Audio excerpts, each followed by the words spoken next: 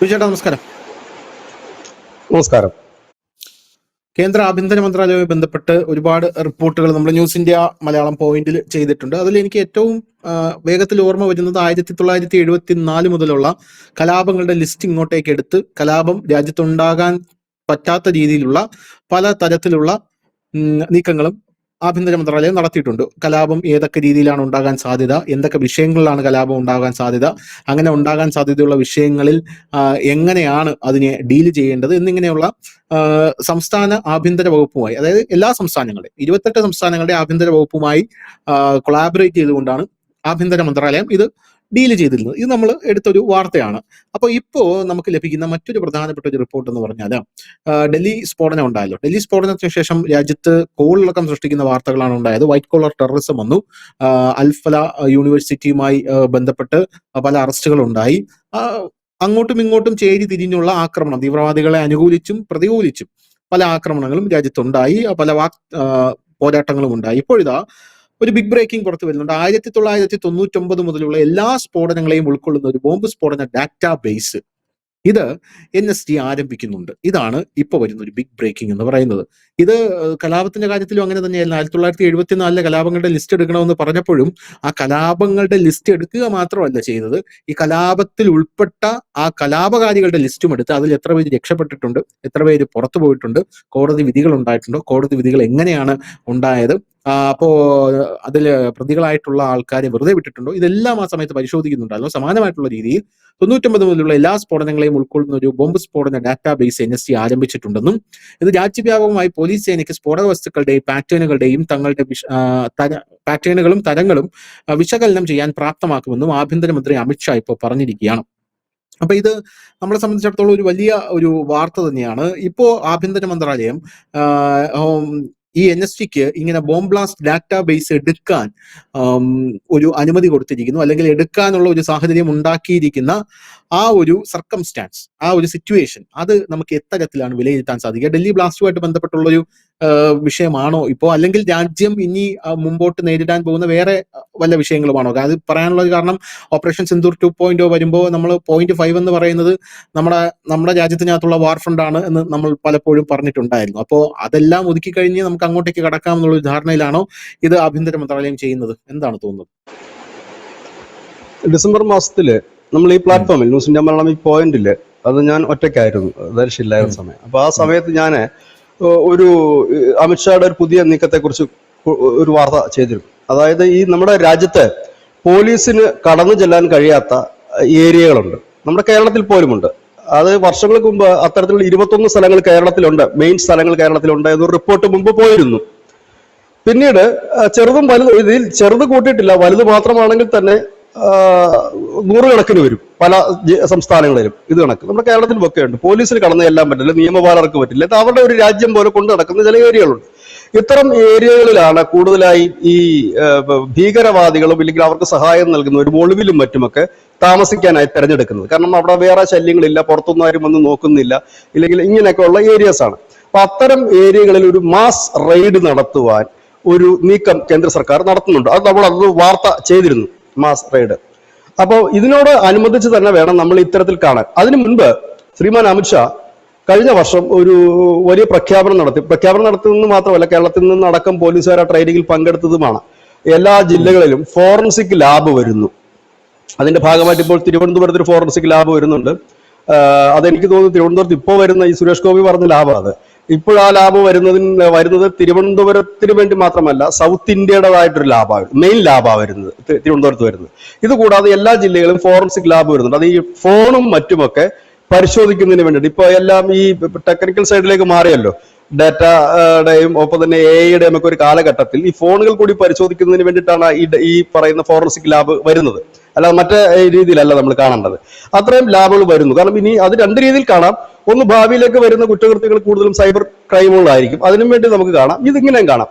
ഈ രണ്ടർത്ഥത്തിലും നമുക്ക് അതിനെ കാണാൻ കഴിയും. അപ്പൊ ഈ രണ്ട് നീക്കങ്ങൾ ഇപ്പോൾ നടത്തിയിരിക്കുന്ന നീക്കം, ഇതിൽ നിന്ന് എന്താണ് നമ്മൾ വ്യക്തമാകുന്നതെന്ന് ചോദിച്ചു കഴിഞ്ഞാൽ, നമ്മുടെ രാജ്യത്ത് ഇതുവരെ നടന്നിരിക്കുന്നതാ എല്ലാവിധ കലാപങ്ങൾക്ക് പിന്നിലും ഒരു കാരണമുണ്ടാകും. അതിൽ കാരണക്കാരായവരുണ്ടാകും, ആ കലാപത്തിൽ പങ്കെടുത്തവരുണ്ടാകും.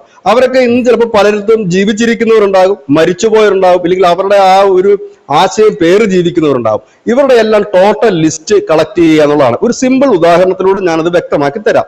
നമ്മുടെ രാജ്യത്ത് സിമി എന്ന് പറയുന്ന ഒരു സംഘടന ഉണ്ടായിരുന്നു. സ്റ്റുഡൻസ് ഇസ്ലാമിക് മൂവ്മെന്റ് എന്ന് പറയുന്ന ഒരു സംഘടന ഉണ്ട്. ആ സംഘടന നിരോധിക്കപ്പെട്ട് കഴിഞ്ഞപ്പോൾ എന്താണ് സംഭവിച്ചത്? അത് പല പേരിൽ, പോപ്പുലർ ഫ്രണ്ടിന്റെ തന്നെ പല പേരിൽ പല സംസ്ഥാനത്ത് രൂപപ്പെടുന്നു. ഒടുവിൽ അത് പോപ്പുലർ ഫ്രണ്ട് എന്ന് പറഞ്ഞ ഒറ്റ സംഘടനയായി രൂപാന്തരപ്പെടുന്നു. ആ പോപ്പുലർ ഫ്രണ്ട് പിന്നെ SDP ആയി രൂപാന്തരപ്പെടുന്നു. അപ്പം ഈ എന്താണ് പറയുന്നത്, എലിമെന്റുകൾ അവിടെ തന്നെ അവശേഷിക്കുകയാണ് എങ്കിൽ സ്വാഭാവികമായി ഇത് വർക്ക് ചെയ്തുകൊണ്ടേയിരിക്കും. ഇതൊരു കനലാണ്. ചാരം മൂടി കിടക്കും കുറച്ച് നാള്, പക്ഷെ ചാരം അല്പം മാറുമ്പോഴേ കനൽ ഇങ്ങനെ അവിടെയും ഇവിടെയും കിടന്ന് എരിയും. അതുകൊണ്ട് തന്നെ പല പേരുകളിൽ പല സംഘടനകളായി, ചിലപ്പോൾ ചില സംഘടനകൾ ജീവകാരുണ്യ പ്രവർത്തനത്തിന്റെ പേരിലാകാം, ചില സംഘടനകൾ മറ്റു തരത്തിലാകാം. ഇനി സംഘടിതമല്ലാതെ തന്നെ ഗ്രൂപ്പുകൾ രൂപീകരിക്കാൻ ഈ കാലഘട്ടത്തിൽ കഴിയും. ഇപ്പോൾ ഒരു വാട്സപ്പ് ഉണ്ടെങ്കിൽ അതിന് പ്രത്യേകിച്ച് പേരൊന്നും നൽകണമെന്നില്ല. 3 or 4 പേര് ചേർന്നതിൽ ചർച്ച നടത്തുന്നതിൽ പോലും അതിന് നമുക്ക് അത്തരത്തിൽ ചർച്ചകൾ നടക്കാം. കഴിഞ്ഞ ദിവസം തിരുവനന്തപുരത്ത് നിന്ന് മൂവാറ്റുപുഴക്കാരനായിട്ടുള്ള ആദിൽ എന്ന് പറയുന്ന ഒരു ISISന്റെ ഒരു സ്ലീപ്പർ സെല്ലിനെ പിടിച്ചു, ഒരു വ്യക്തിയെ പിടിച്ചു. നമ്മുടെ മാധ്യമങ്ങൾ എത്രത്തോളം അത് വാർത്ത ചെയ്തു എന്നറിയില്ല. അപ്പൊ കേരളം അടക്കമുള്ളിടത്തുണ്ട്. ഇത് കേരളത്തിലെ ലക്ഷ്യം വെച്ചിട്ടല്ല, ഇത് ഇന്ത്യ മുഴുവനാണ്. അവിടെയാണ് ശ്രീ ധനുഷ് നേരത്തെ സൂചിപ്പിച്ചതുപോലെ 2.5 എന്നതിലെ 0.5നെ നോട്ടമിടുന്നത്. കാരണം അതിനെ നമുക്ക് വരുതിക്ക് കൊണ്ടുവരേണ്ടതായിട്ടുണ്ട്. ആ വരുതിക്ക് കൊണ്ടുവരുന്നതിന് ഒരു മാസ് മൂവ്മെന്റ് ഇപ്പോൾ നടക്കുകയാണ്. ഒരുപക്ഷെ 2022-23 കാലഘട്ടങ്ങളിൽ പോപ്പുലർ ഫ്രണ്ടിനെ തൂത്തുവാരി കൊണ്ടുപോയതിനേക്കാളും കുറച്ചുകൂടി രൂക്ഷമായിരിക്കും ഇപ്പോൾ വരാൻ പോകുന്ന റെയ്ഡ്. അതിന് കാരണം പോപ്പുലർ ഫ്രണ്ട് എന്ന് പറഞ്ഞു കഴിഞ്ഞാൽ ഒരു നിയതമായ ഘടനയുള്ള സംഘടനയാണ് എങ്കിൽ ഇത് നിയതമായ ഘടനയുള്ള സംഘടനയല്ല. കാരണം ഇത് ചിന്നിച്ചിതറി സംഘടനകളോ എന്ന് പറയാൻ തന്നെ കഴിയില്ല. മുമ്പ് കാലത്ത് സ്ഫോടനങ്ങളിലും മറ്റും പ്രതി ചേർക്കപ്പെട്ടവരിൽ, പ്രതിയാക്കപ്പെട്ടവരിലേക്ക് അതിന്റെ സൂത്രധാരന്മാർ ചിലപ്പോൾ അന്ന് പല കാരണങ്ങളാൽ ഇവർ കേസിൽ നിന്നൊക്കെ രക്ഷപ്പെട്ടിട്ടുണ്ടാകാം. ചിലരൊക്കെ ഗൾഫ് രാജ്യങ്ങളിൽ അഭയം തേടിയിട്ടുണ്ടാകാം. അങ്ങനെയുള്ള ഡേറ്റ കളക്ട് ചെയ്തുകൊണ്ട് അവരെ റഡാറിലാക്കിക്കൊണ്ട് മുമ്പോട്ട് പോവുക, അവരുടെ നിരീക്ഷിക്കുക, അവരുടെ പ്രവർത്തനങ്ങൾ എന്താണെന്നുള്ളത്. ഒരുപക്ഷെ 10 വർഷം മുമ്പ് ഈ വർഗീയ കലാപത്തിന്റെ പേരിൽ വണ്ടിക്ക് കല്ലെറിയും. ചിലപ്പോൾ അതും ഈ വർഗീയ സംഘർഷങ്ങളുടെ പേരിലായിരിക്കും. അത് ചിലപ്പോൾ പോലീസ് ഒരു ചെറിയ കേസായിട്ട് എടുത്തുകൊണ്ട് പോലീസ് അവരെ റിലീസ് ചെയ്യാം. പക്ഷെ അവർ ചെയ്തത് ഈ ഭീകരവാദത്തിന്റെ തന്നെ ഒരു പാർട്ടാണ്.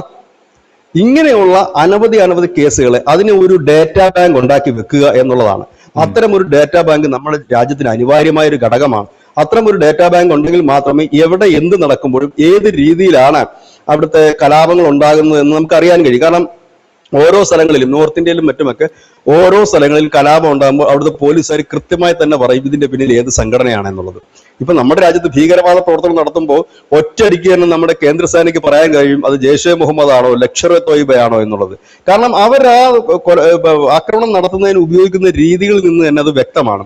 അതുപോലെ തന്നെയാണ് നമ്മുടെ രാജ്യത്തും. അപ്പൊ അത്തരം ഒരു ഡേറ്റാ ബാങ്ക് നമുക്ക് അനിവാര്യമായ ഒരു ഘടകമാണ്. ഇവർ തമ്മിലുള്ള കണക്ഷൻ അനിവാര്യമായ ഒരു ഘടകമാണ്. എപ്പോഴും നമ്മൾ ചിന്തിക്കുന്ന ഒരു കാര്യം, ഒരു ഭീകര സംഘടനയുമായി അനുഭവമുള്ള ഒരു വ്യക്തി എന്ന് പറഞ്ഞാൽ അയാൾ ഒറ്റയ്ക്കല്ല, അയാൾക്ക് രാജ്യബന്ധമുണ്ടാകും, രാജ്യാന്തര ബന്ധമുണ്ടാകും. അതിനെയൊക്കെ കണ്ടെത്താനുള്ള ഒരു മാസ് മൂവ്മെന്റ് ആണ്. എനിക്ക് തോന്നുന്നു ഈ 2026 അധികം വൈകാതെ തന്നെ ഒരു മാസ് റെയ്ഡ് ഉണ്ടാകും. വലിയ നിലയിലുള്ള നിലവിളികൾ ഉയരാനുള്ള സാധ്യതകളുണ്ട്. മനുഷ്യത്വാവകാശവും മറ്റും പറഞ്ഞുകൊണ്ട് ഒരുപാട് പേര് വരാനുള്ള സാധ്യതകളുണ്ട്. കാരണം പ്രത്യക്ഷത്തിൽ നോക്കുമ്പോൾ ഇതിൽ പലരും തീവ്രവാദികളല്ല എന്ന് നമുക്ക് തോന്നാം. പിന്നെ പറയാൻ പോകുന്ന കാര്യം ഇതായിരിക്കും, അവർ മുമ്പ് അങ്ങനെയൊക്കെ ആയിരുന്നു, ഇപ്പോഴങ്ങനെയൊക്കെ ആയിരുന്നില്ല എന്നൊക്കെ പറയാൻ സാധ്യതകളുണ്ട്. അങ്ങനെ വലിയ രീതിയിലുള്ള ഒരു ബഹളവും നിലവിളിയും ഒച്ചപ്പാടും ഒക്കെ ഉണ്ട്. പോപ്പുലർ ഫ്രണ്ടിനെ തൂക്കിക്കൊണ്ട് പോയപ്പോൾ നിലവിളിക്കാതിരുന്ന കേരളത്തിലെ ഇടതു വലത് മുന്നണികൾ ഇത്തവണ എന്തായാലും നിലവിളിക്കും എന്നുള്ള കാര്യം ഉറപ്പാണ്. കാരണം ഒരാളുടെ വീട്ടിലേക്ക് ചെല്ലുന്നു, ഇല്ല ഒന്നിലധികം പേരുടെ വീട്ടിലേക്ക് ചെല്ലുന്നു, റെയ്ഡ് നടത്തുന്നു, അവരുടെ ഡോക്യുമെന്റ്സുകൾ പിടിച്ചെടുക്കുമ്പോൾ ഇവരെന്തിനു എപ്പോ ഇവർ പണ്ടെങ്ങാണ്ട് അങ്ങനെയൊക്കെ ആയിരുന്നല്ലേ, ഇപ്പോൾ അങ്ങനല്ലല്ലോ എന്ന് പറയാൻ എളുപ്പമാണ്.